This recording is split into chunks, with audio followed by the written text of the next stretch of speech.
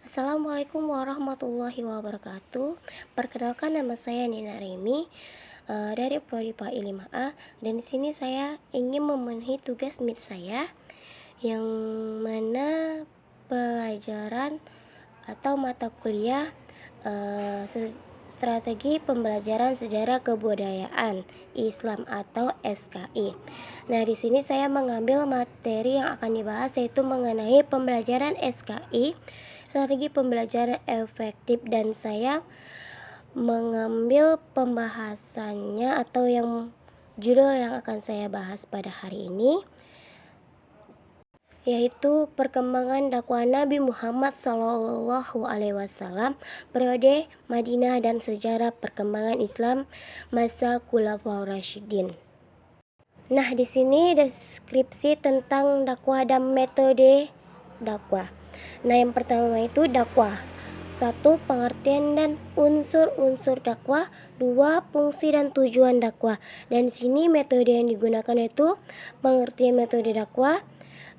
Yang kedua itu macam-macam metode dakwah. Nah, selanjutnya itu dakwah.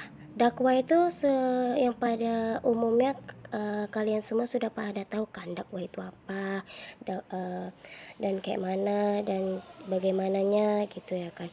Nah, di sini saya sedikit menjelaskan dakwah itu menurut Dr. Muhammad Quraisy Shihab berpendapat bahwa dakwah ialah seruan menuju keinsafan atau usaha mengubah pribadi dan masyarakat menjadi lebih baik. Perwujudan dakwah bukan sekedar usaha peningkatan pemahaman dalam tingkah laku dan pandangan hidup, melainkan lebih dari itu. Apabila pada masa sekarang ini dakwah harus memiliki lebih banyak peran dalam pelaksanaan ajaran Islam di berbagai aspek. Dan di sini tinjauan dari segi bahasa, dakwah itu bisa yang artinya panggilan, seruan, dan ajakan. Bentuk perkataan tersebut dalam bahasa Arab disebut masdar. Sedangkan bentuk dalam kerja atau fi'il adalah berarti memanggil atau menyeru atau mengajak. Yaitu orang yang berdakwah biasanya disebut dengan dai, dan orang yang menerima dakwah atau orang yang didakwahi disebut dengan mad'u. Secara etimologi dakwah adalah derivasi dari bahasa Arab dalam bentuk masdar dari kata kerja da'a yadu dakwatan, yang berarti ajakan, seruan, panggilan, undangan, atau mengajak, memanggil, dan menyeru. Untuk mewujudkan keberhasilan dakwah, maka dapat digunakan beragam metode dan media sebagai penunjang dakwah. Di sini ada beberapa yang dimaksud dengan dakwah. Yang pertama itu dai atau subjek dakwah. Dai adalah orang yang melaksanakan dakwah baik melalui lisan, tulisan, maupun perbuatan yang dilakukan dengan secara individu atau pengelompokan atau organisasi atau lembaga. Nah, yang kedua itu mad'u atau objek dakwah. Yang dimaksud itu manusia yang menjadi sasaran dakwah atau manusia yang menerima dakwah, baik individu ataupun kelompok. Nah, yang ketiga itu metode dakwah. Nah, sudah banyak yang mengenai metode dakwah itu dengan ceramah dan sebagainya. Dan metode ini salah satunya skema atau rancangan kegiatan untuk menyusun suatu macam masalah menjadi suatu sistem pengetahuan. Secara etimologi istilah metode dakwah berasal dari bahasa Yunani, yakni dari kata metodos, yang berarti acara atau jalan. Dengan demikian, metode berarti ilmu pengetahuan yang mempelajari tentang cara-cara atau jalan yang ditempuh untuk mencapai suatu tujuan agar berhasil lebih efektif dan efisien. Nah, yang keempat ini materi dakwah. Sebelum kita berdakwah, yang pastinya kita harus menguasai materi yang akan kita kita dakwakan, agar para yang mendengarnya, para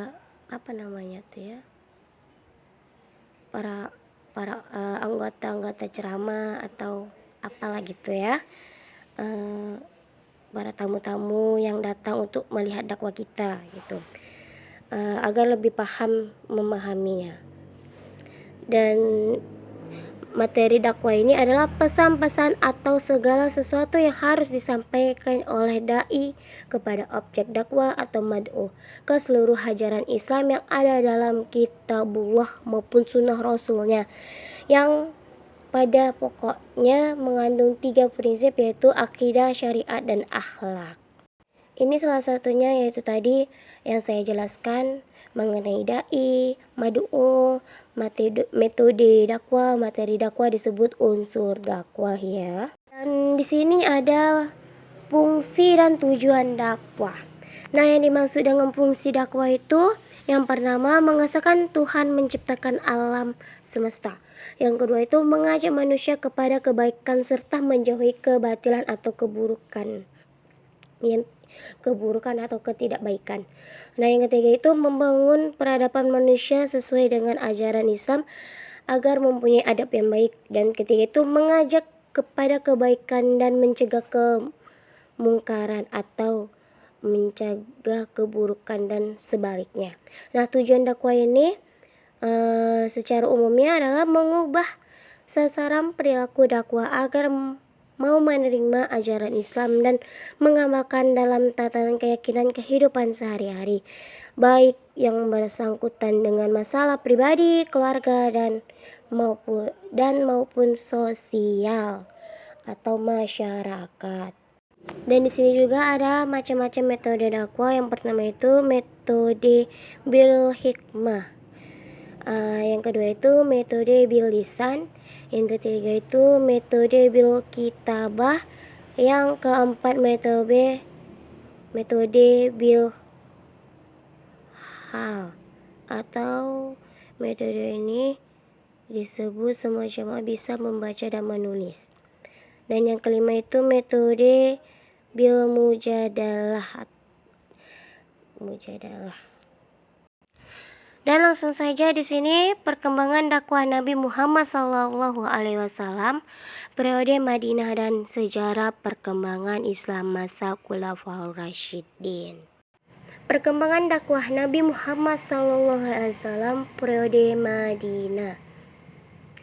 Nah, metode dakwah bil qalam, dakwah melalui tulisan, atau dakwah bil kalam, merupakan salah satu metode dakwah yang dilakukan Nabi Muhammad SAW dalam bentuk tulisan atau surat untuk mengajak beriman bagi kaum tertentu. Dakwah bil hal adalah dakwah yang mengedepankan perbuatan nyata. Dakwah bil lisan adalah dakwah yang melalui lisan berupa ceramah atau komunikasi antar dai dan mad'u untuk menyampaikan pokok-pokok ajaran Islam.